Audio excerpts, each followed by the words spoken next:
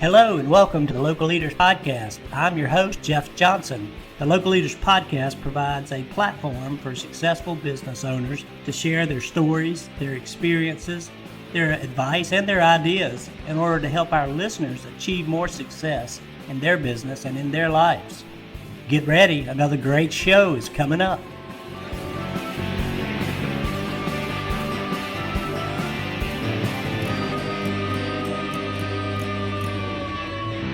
Good morning, everyone, and welcome to another episode of the Local Leaders Podcast. I'm your host, Jeff Johnson, and I am thrilled today to have the co-founders of Vessl Kitchen on with us today. Vessel's out of Utah, and we've got Brian Reeder and we've got Nick Gradinger. Good morning, guys, and thanks for being here. Morning, Jeff. Thanks for having us. Good morning. Well, we're super excited to hear about Vessl. Vessl, for all our listeners, is currently a four location restaurant over in Utah. And we're coming to you out of the big state of North Carolina, across the country just a little ways. So you may notice the accent a little bit as we go, or maybe more than a little bit, because I'm all Southern. But again, we appreciate y'all being here. And Nick, I want to ask you to kind of start out and maybe just share with our audience a little bit about Vessl Kitchen and kind of how you came up with it and how you guys got it started and the story behind it. Absolutely. It was about 7 years ago. I had moved to Utah and taken a job in Park City. I had worked in F&B for about 10, 15 years. And as you know, and I'm sure a lot of your listeners can resonates with them, that need a little bit of a hiatus. So I've been working in the digital media and marketing space for about 5 or 6 years, moved to Park City and took a job in the marketing realm, and basically going out to lunch every day, took a look at the landscape and started noticing that it was a little bit disconcerting what my options were. And just as I looked at Park City, which is, a small mountain town, and then started kind of looking at the bigger scope in Utah in general, just saw a need for something bigger. Again, I'd been out of F&B and hospitality for about 5 or 6 years and started working on a business plan at night and had a rough idea of what, of something that I thought would be, a great segment and a little niche to penetrate in the F&B world, which was just to do super quality food at an affordable price point in an aesthetic that is significantly more elevated than the traditional fast casual or QSR restaurant. And then said, oh, damn, I need some help here.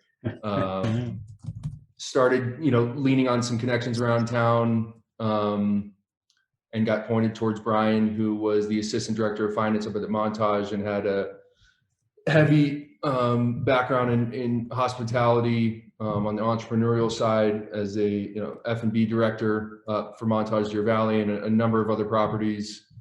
And basically the two of us about 6 years ago sat down on a couch overlooking Deer Valley in Park City. I handed Brian a deck and I said, will you help me? And is this anything that you're interested in? And I would say he was intrigued a little bit. And frankly, off we went. And so, the inception of our company, especially for the first year, was two guys who had never met each other, starting to formulate this business plan and starting to see this concept take shape, and kind of laughing along the way, actually, as we're just don't know a lick about each other. But our complementary skill sets starting to merge, and all of a sudden we're funded. We found a site out of nowhere, and we were off and running. That's awesome. What were your first thoughts, Brian? I'm just curious when that deck got slapped down in front of you. Yeah,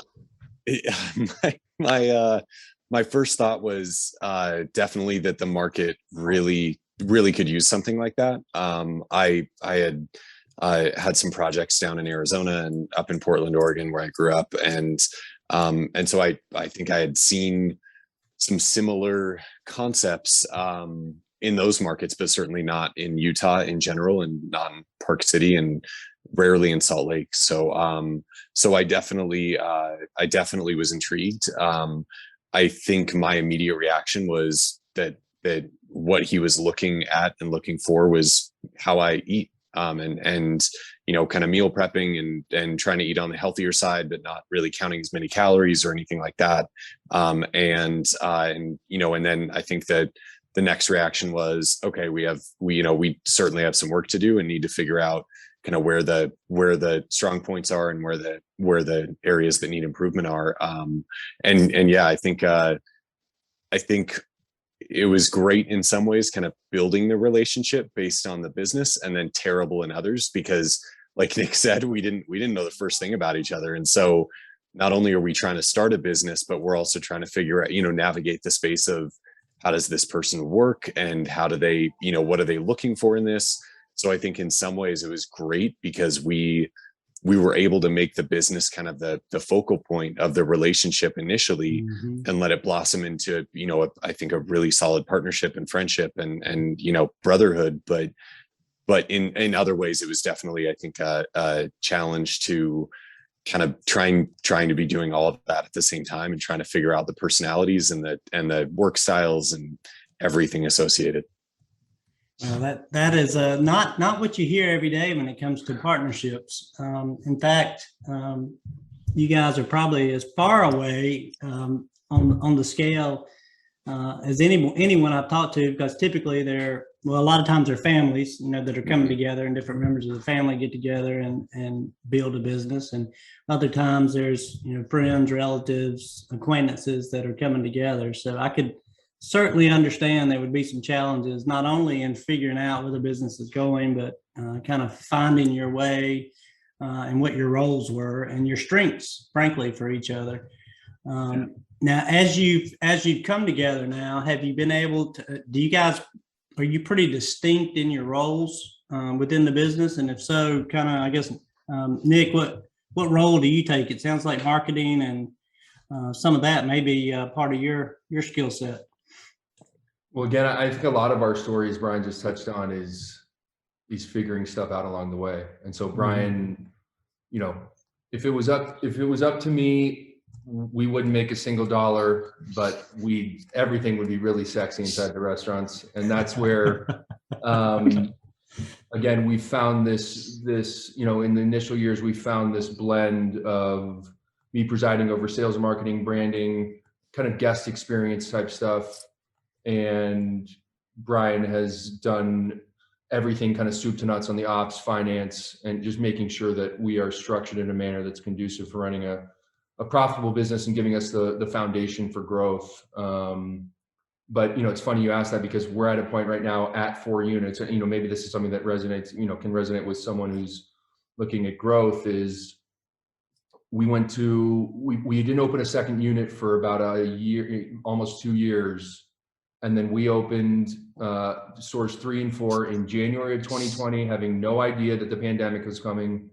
And we were smack dab in the middle of the construction in March of 2020 for store 4. And so basically had to look at each other and say, are we going to pull the plug on a store that we felt could be, potentially the leader in the brand eventually, or are we just going to push through? And we can touch on, details of that later, but long story short, we went from 1 to 4 units in like that. And all of a sudden our entire, the rest of Q3 and Q4 this year. And, after we leave you, we're going to go sit in a 4-hour meeting talking about how do we get out of this, kind of everyone kind of step on each other's toes and provide that infrastructure and that kind of stringent, detailed outline of who does what. Because when you go from 1 to 4, Brian made a great analogy the other day of, and I think parents use this a lot, of you go from playing man to zone real quick. And, and so we're smack dab in the middle of that and we're excited and making some significant overhauls to our staffing structure, our leadership structure, bringing on new people, so that, we can have that solid foundation for 4 stores and provide us with, a platform to grow.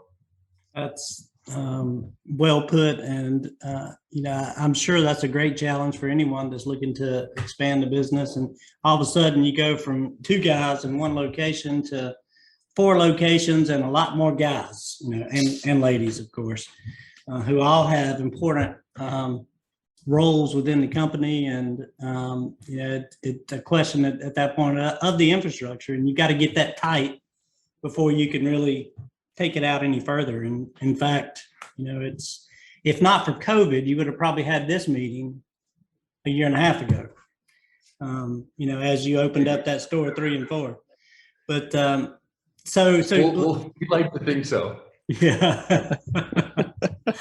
Yeah, who's got the time, right? But well, yeah, I'd like to back up and just hear a little bit about kind of how you guys got through that 3 and 4 launch with, right at the darn very beginning of COVID. So kind of what happened, and how did you pivot, or did you pivot, and how'd you get through it? You want to grab that? Yeah, I think we very immediately. Well, I think first we were very well suited to actually weather the pandemic well.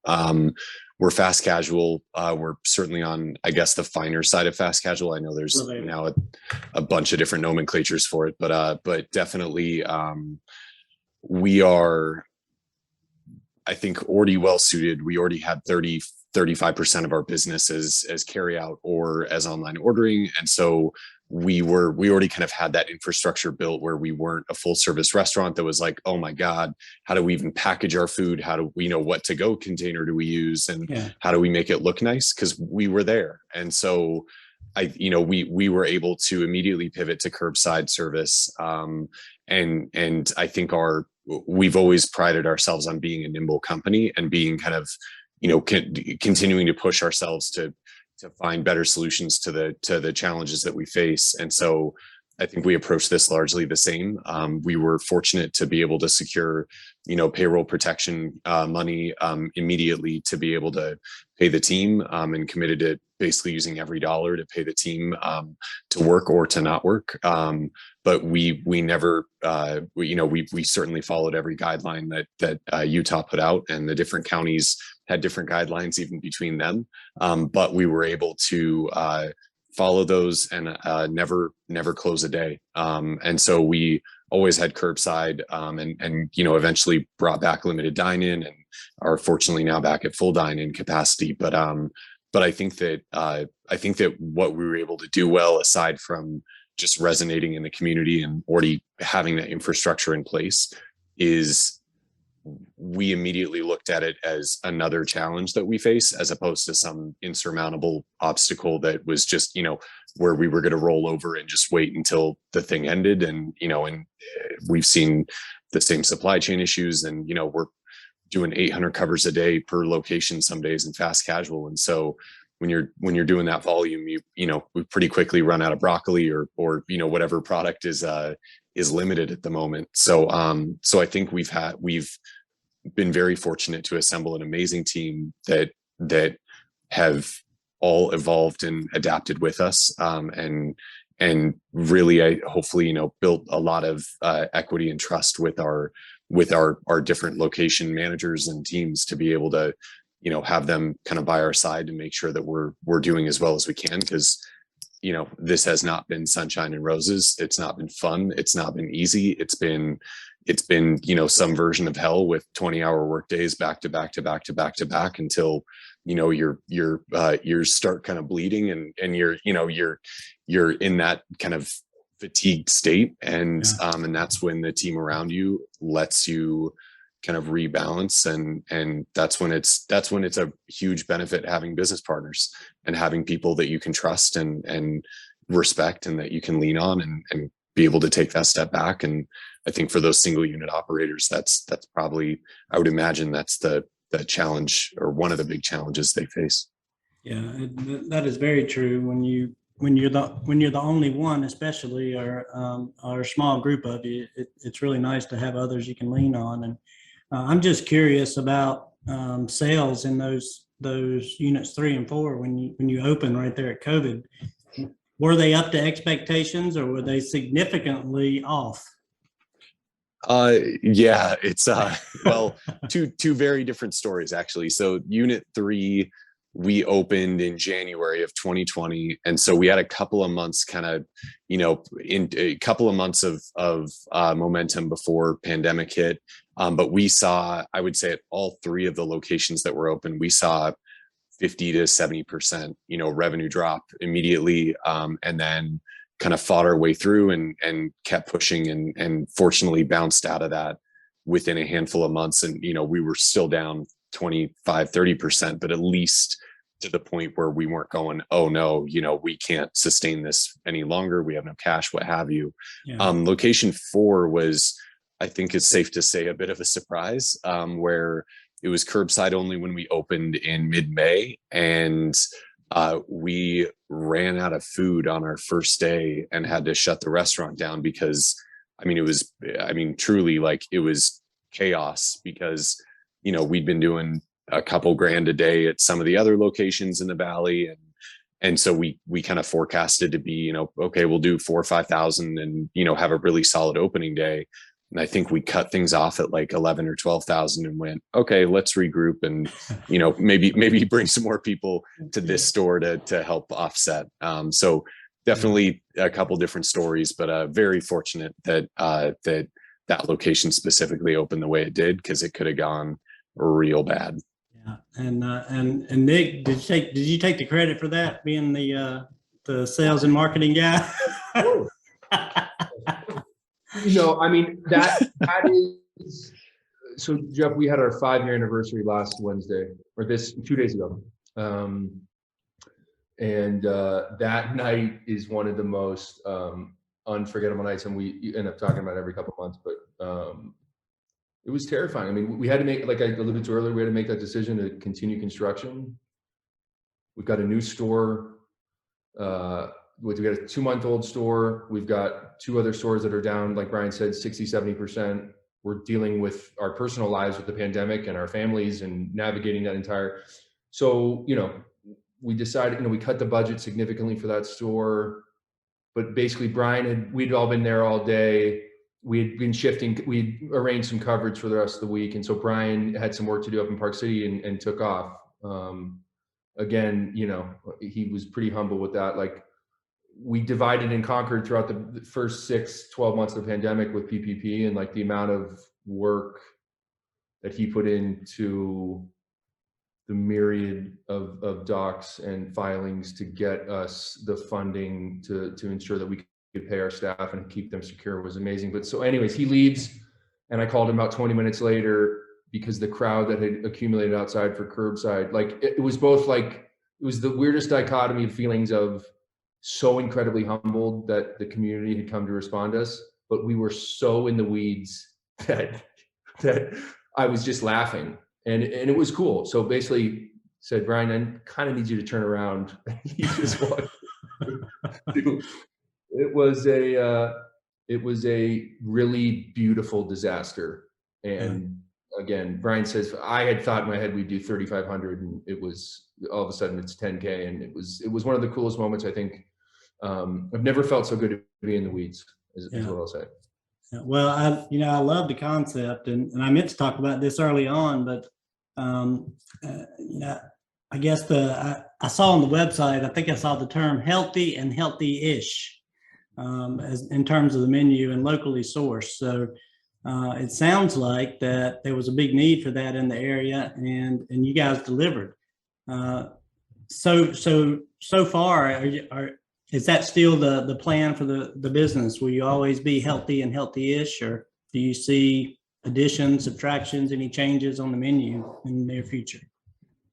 I think for us, and I think Brian touched on it earlier, like, we've always been nimble. Our entire concept has been predicated off of flexibility. We've changed our menu close to 15 times since we opened 5 years ago, because we love to innovate, and we've made mistakes along the way, but that's become synonymous with Vessl, and I think that's resonating with the community. So we'll always, we're going to be continuing to push the envelope. We've got some stuff on the docket for our winter seasonal menu change. We'll leverage new ingredients. We'll explore new menu categories.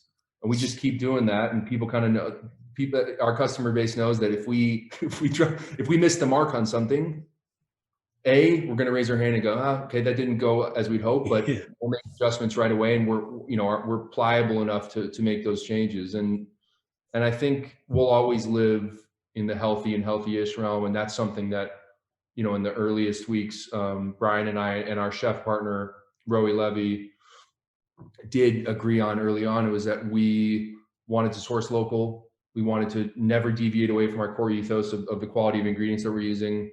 But as Brian touched on the way he eats and us both as former athletes, nothing that we do is calorically driven. Like, we are a home base for people that are gluten-free, vegan. We're one of the 2 Whole30 approved restaurants in Utah and only a handful around the country.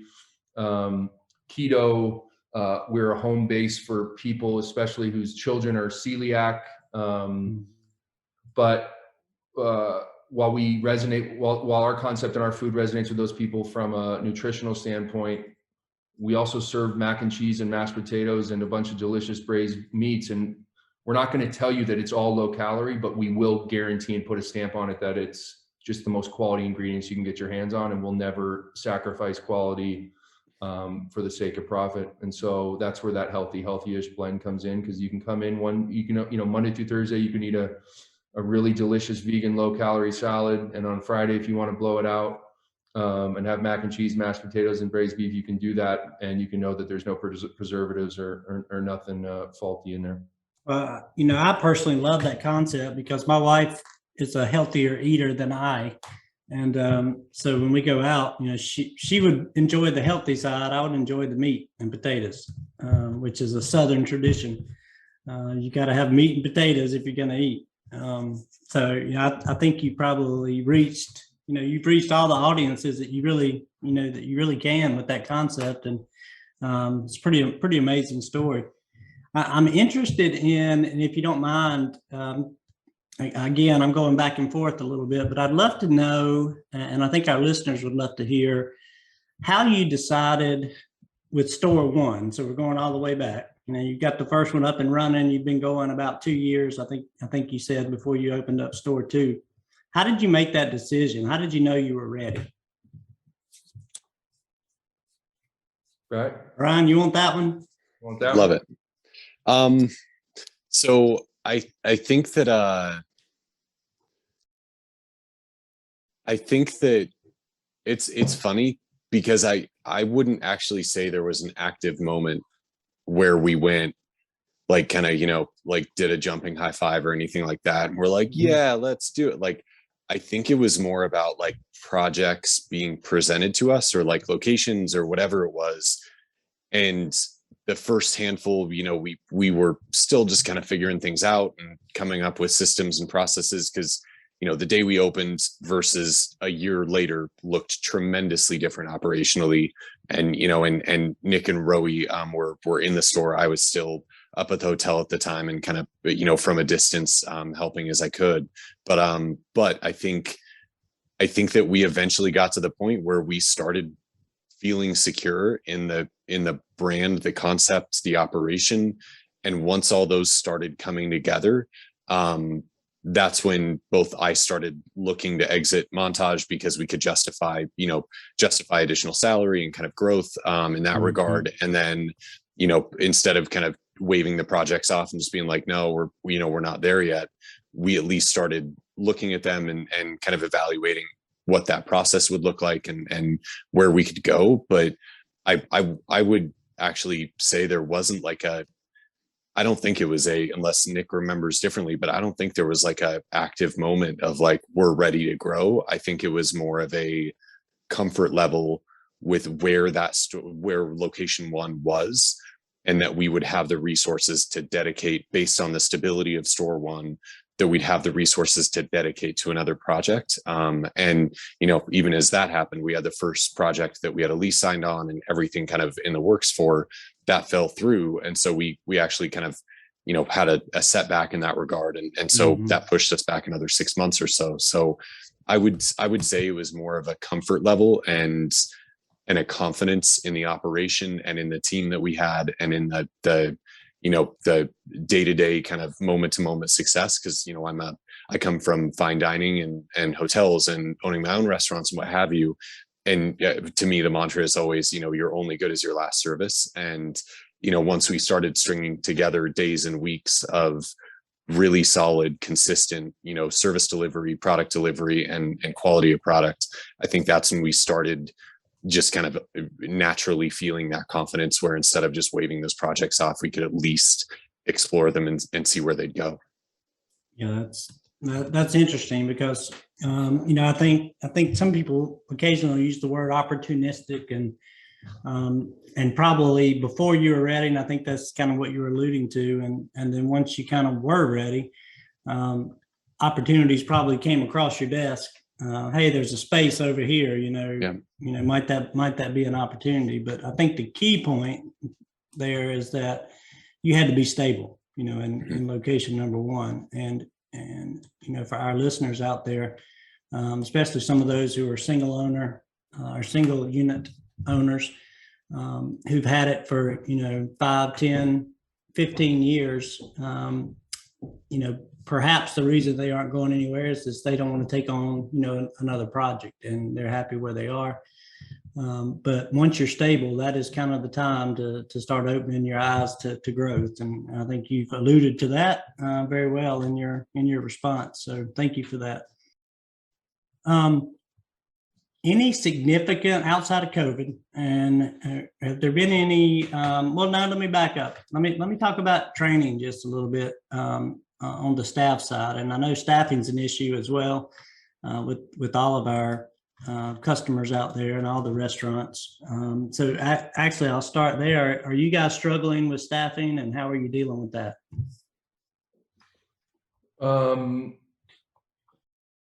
I'm on a wood table. I'm significantly knocking on wood right now, but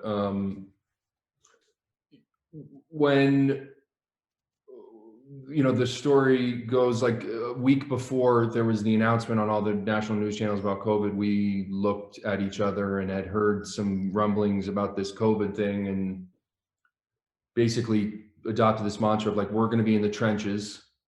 We need every one of our team members to be with us. They're going to be scared. We need to take care of them. And I would be lying if I said that, Brian wasn't like absolutely instrumental with, the work that was done to secure that payroll protection was instrumental. The amount of like time it took to put that stuff in place, and to put policies and procedures in place, and to send a message to our team that we're going to take care of you. We're going to figure this out one way or another.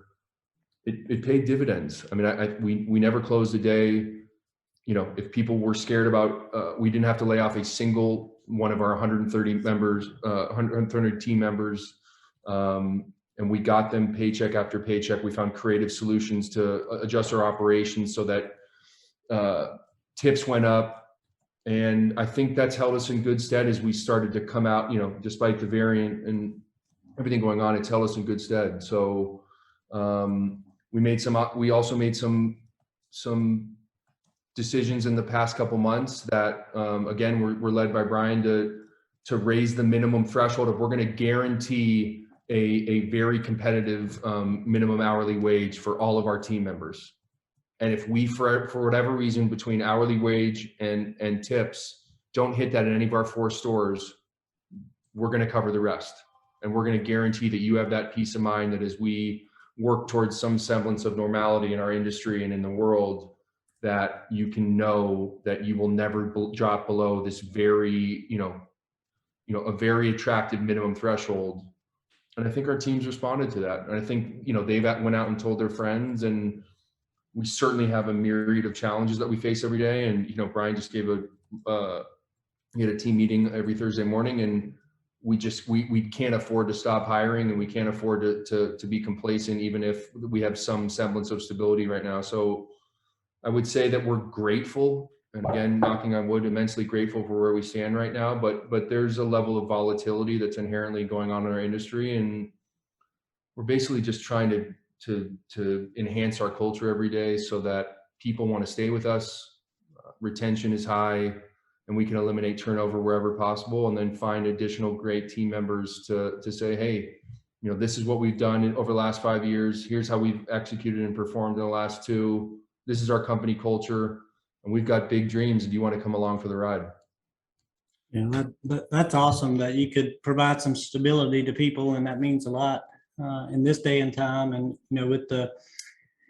in this particular industry, I think COVID has definitely reduced the available employees who want to work in the food service business, or as servers and back of the house. And in addition, you've got the political side with the support that's out there for them, and we can't solve that one. So you guys have kind of attacked it the only way you could, which is, hey, we're going to make you secure and make sure that you've got a great income, or at least an above average opportunity, as long as you're staying here with us. So kudos to you guys for kind of going in that direction, because it certainly impacts your margins. And how do you recover that?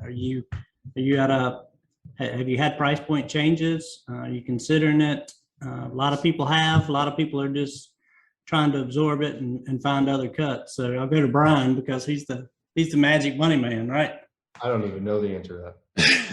No, we've it's funny because we didn't change prices for 4.5 years. Not a single one.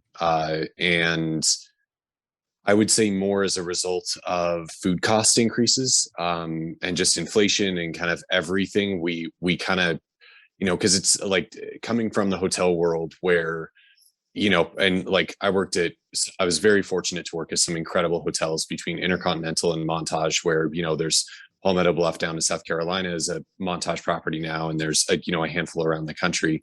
And these are average room nights of $1,000 plus.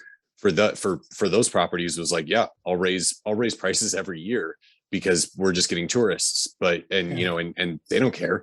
Or they have a captive audience that is going to have to pay it either way. And so $80 for a steak that would be 40 at a steakhouse is tolerable.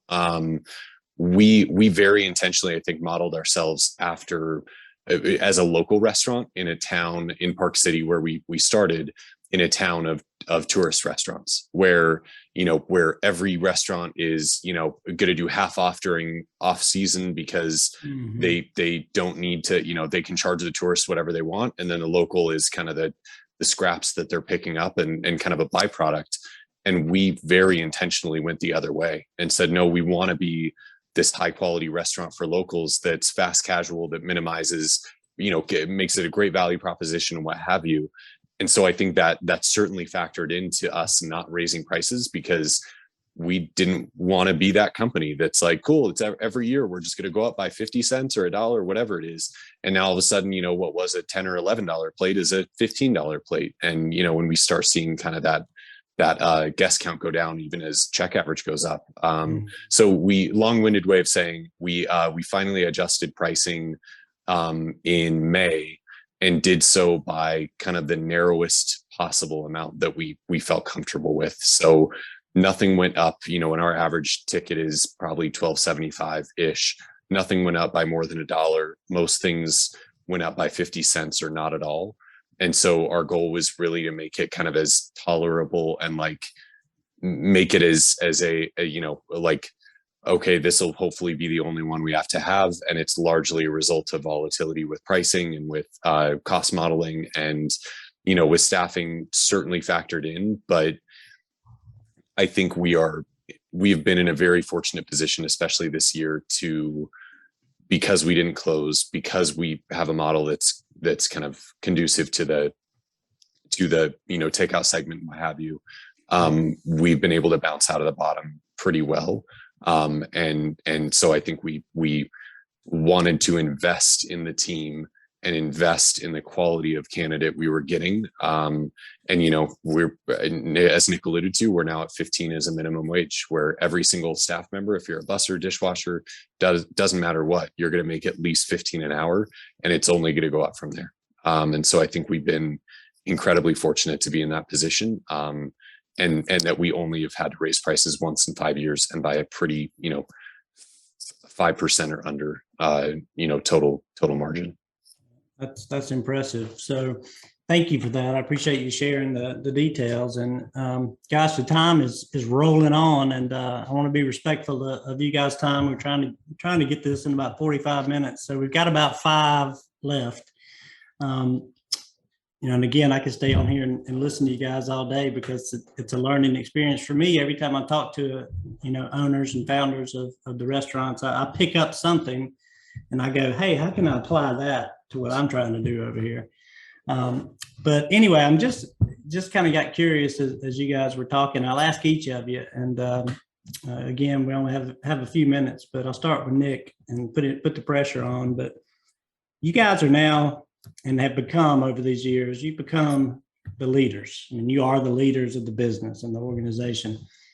Have you had to change, or how has your leadership style kind of had to change over the years as you've grown, or has it? Sure. And I didn't prep you for that question, so sorry about that. I would say I don't think my leadership style has changed. Like, I'm more of my unofficial title that we always say is whimsical BSer. And I like getting in and developing relationships with our employees. I'm more, casual in my nature. I think I would say, I would say the most prevalent thing I've had to navigate around is how to be a better business partner, how to be a better, as Brian and I have kind of touched on earlier, it's about, we thrived in this dynamic of like yin and yang. Our parent company is called Oil and Water, just because that's the space that we lived in. But as we kind of touch on, and something we're focusing on right now is how to be more synergistic in having those complementary skill sets and being different individuals, but also finding a way to find that balance. And we've certainly missed the mark, and I've been responsible for missing the mark on that a plethora of times. But I think it's part of this journey of how do we continue to provide a level of stability for our team. And I think that starts first and foremost with us, and finding a way to balance the responsibilities that it takes to run this business in a manner with just good, solid leadership and great decision-making from the top down. So I think that's probably been the most prevalent change for me. And I'm in the infancy of, we're in the infancy of kind of making those changes and adjusting. But I think the better it gets, the more exciting our future gets with this company. Yes, sir. How about you, Brian? I think that I would say my style has evolved.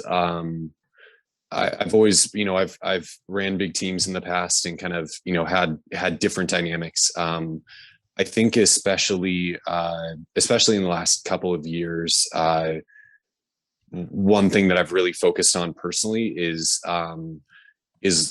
listening and trying to be the most empathetic, and kind of the most empathetic and the most balanced version of a leader that I can be. I